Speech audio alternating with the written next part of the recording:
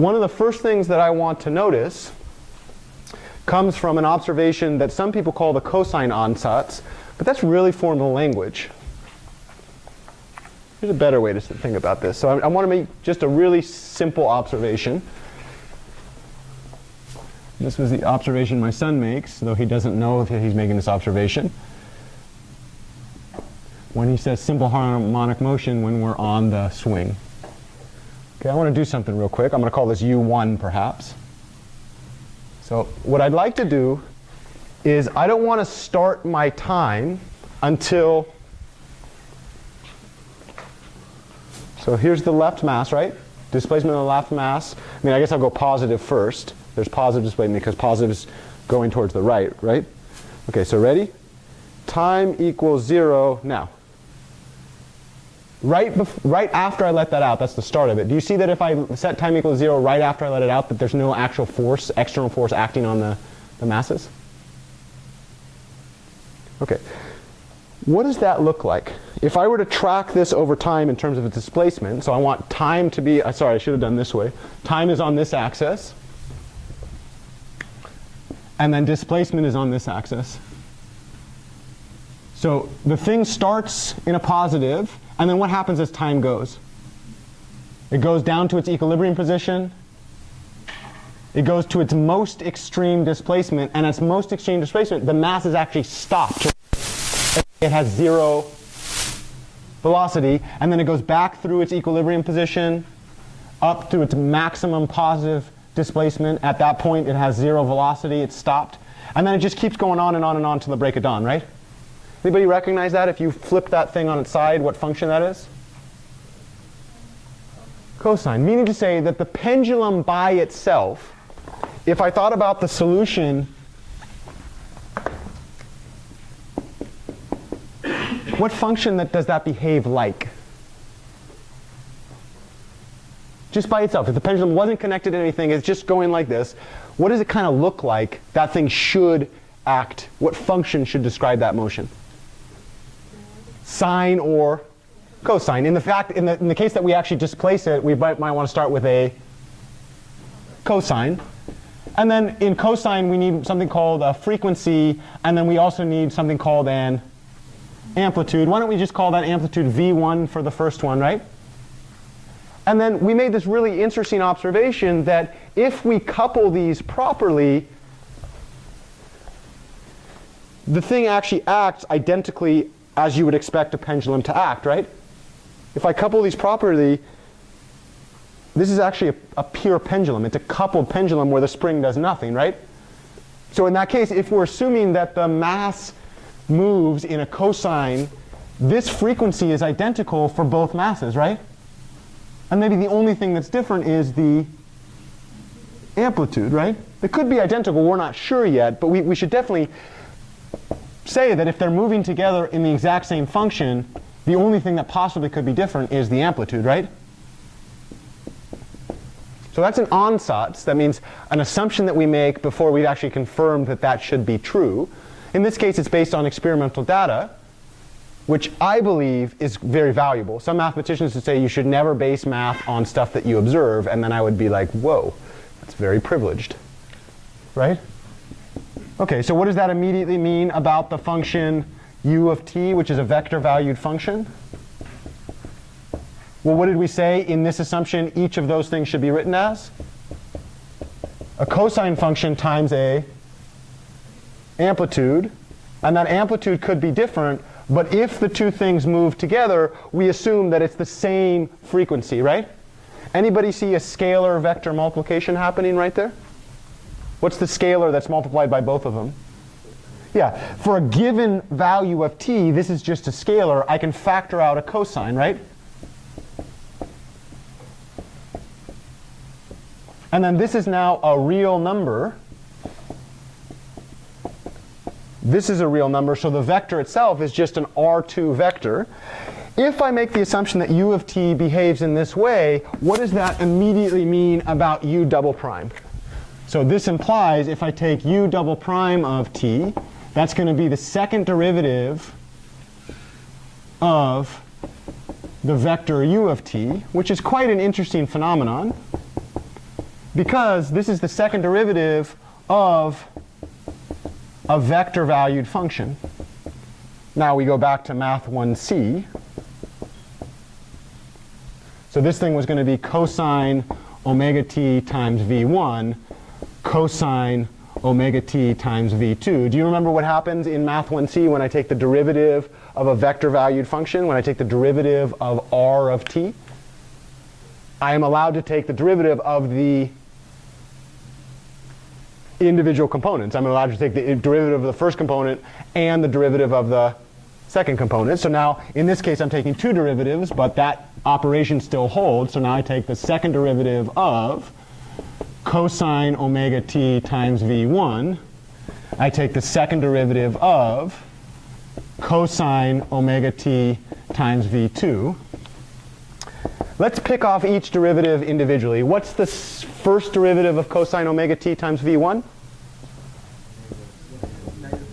Negative omega times sine omega t times v1.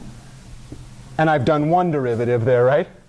Okay, what's the first derivative of the bottom one? Negative omega sine omega t times v2. Am I done? Not yet. Why not? Because I've only done the first of two derivatives. What's the second derivative there?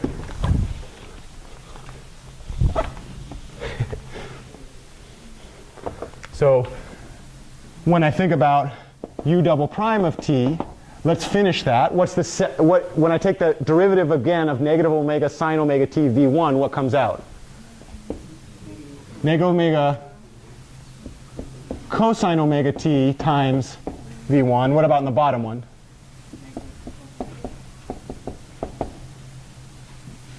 Anybody see a scalar vector multiplication? What's the scalar vector multiplication? Negative omega squared times cosine omega t times v1, v2. And then I'd like to, this little square kind of annoys me. I don't know. Can we just say let lambda is equal to omega squared? Is that okay? I'm kind of annoyed by that algebra. You think it's a random thing that I'm doing there? No, it's not random. But the annoyance is real.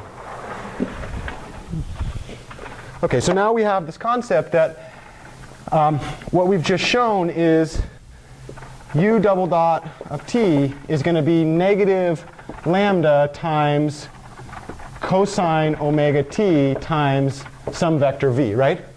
Okay, but we actually now can use this equation and substitute the standard form for u and u double dot based on the assumption of cosines, right? So now we have m times u double dot of t was negative k times u of t. What did we say about u double dot? How could we write that? Negative lambda cosine omega t times some constant vector v, right? How about this one?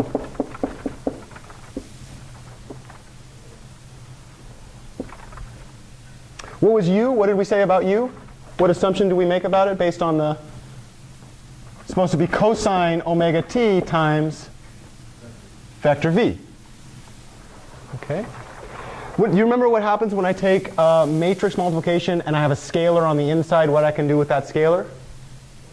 Yeah, bring it out, bring it out. It's hard to factor when a... All right, so here we go. M times v is equal to negative cosine omega t times k times v, right? Anybody see a factor on each side that you could cancel? Negatives cancel. Wouldn't it be nice to cancel a cosine? Wouldn't that just be a really nice thing to do? Usually when I cancel a scalar, what do? Divide. What happens if I try to divide by cosine for all values of t? Sometimes cosine is 0. What do you say about division by 0? You didn't say the magic word. Can't do it, right? So we can't use division. What other operation could we get so that this side is isolated? What could we do there?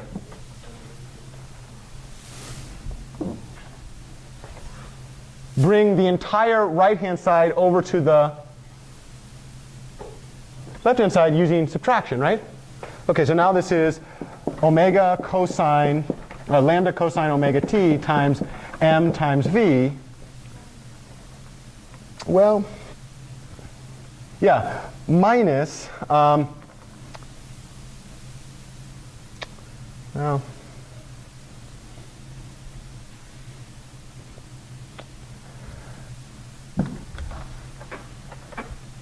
we haven't talked a lot about, I might do this first. We haven't talked a lot about how to analyze a matrix equation where we have a matrix on the left-hand side and a matrix on the right-hand side, right? It's not something that we've spoken a lot about. But what do you know about this matrix? What type of matrix is it? Diagonal matrix with non-zero diagonal elements that are identical. What do you know about matrices that are diagonal or have non-zero diagonal entries? They're invertible. So if I wanted to clear this thing, how could I do that? Multiply by the inverse.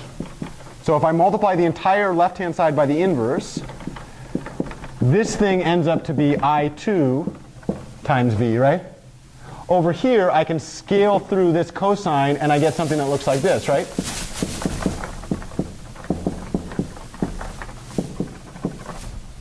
And I actually know exactly if I set this matrix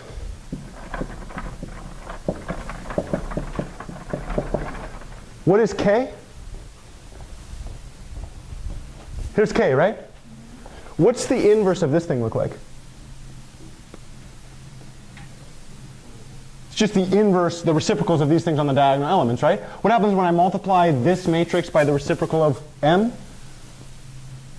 It's equivalent of multiplying this thing by 1 over m, row 1 by 1 over m, and row 2 by 1 over m, right? What would that look like? What happens when I multiply the entire row 1 by 1 over m? Just read it off. G over L plus K over M, negative K over M, negative K over M, and then over here I have G over L plus K over M. Okay.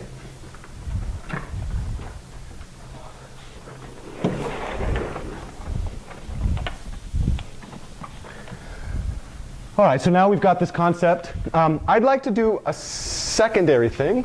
Not only does that omega squared kind of annoy me, this kind of annoys me. We haven't really talked a lot about m inverse times k, but we have talked a lot about the matrix A, haven't we? So I'm just going to go ahead and use a simple substitution of variables. I'm going to say let this matrix, whatever it is, that one, let's call it A for a moment, okay? Okay, so now we've got this thing where lambda times the cosine omega t times I2 times v is equal to cosine omega t times A times v. What's the most annoying part of that whole equation? Stupid cosine, right? Okay, we can't divide by cosine, but what we can do is we can bring this factor over to this side. So now I have lambda cosine omega t times I2 times v minus cosine omega t times A times v. And that whole thing should now be equal to what? Which is a 2 by 1, right? Anybody see a factor of cosine that you can factor out? Okay, so let's factor out that factor of cosine. Cosine omega t. Now I'm going to write this lambda times I2 times v minus A times v equals 0. This is now a vector, right? Could you factor out that vector? What happens when you take r out on the right-hand side? Excuse me, v. Okay, this right here is a scalar vector product, and we're saying that the output of that scalar vector product is always 0. Okay, well, what did you say way back when? If A times B is equal to 0, what must be true about one of those? Either A is equal to 0 or B is equal to 0. So this product is equal to 0. That means either the thing on the left is always equal to 0 or what?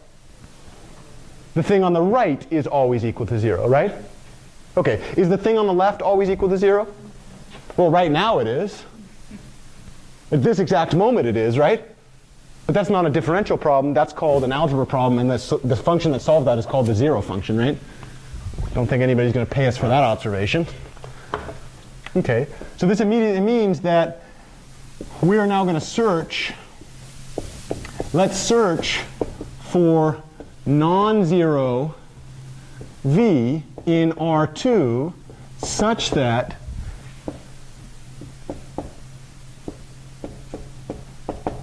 okay, this means we're going to look for lambda times I2 times v minus a times v is equal to 0. And this means that we're going to look for lambda times v equals a times v. This is an eigenvalue problem. That is the definition of an eigenvalue problem. Given the matrix A, please find the vector x such that lambda times x comes out when you do that multiplication.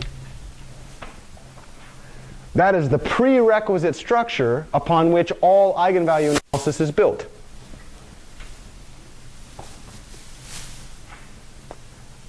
Yeah. Pretty crazy. From this standpoint, now we can go back into eigenvalue theory and we can say, if we have a problem in this flavor, how can I solve for any matrix A for the unknown lambda and the unknown x?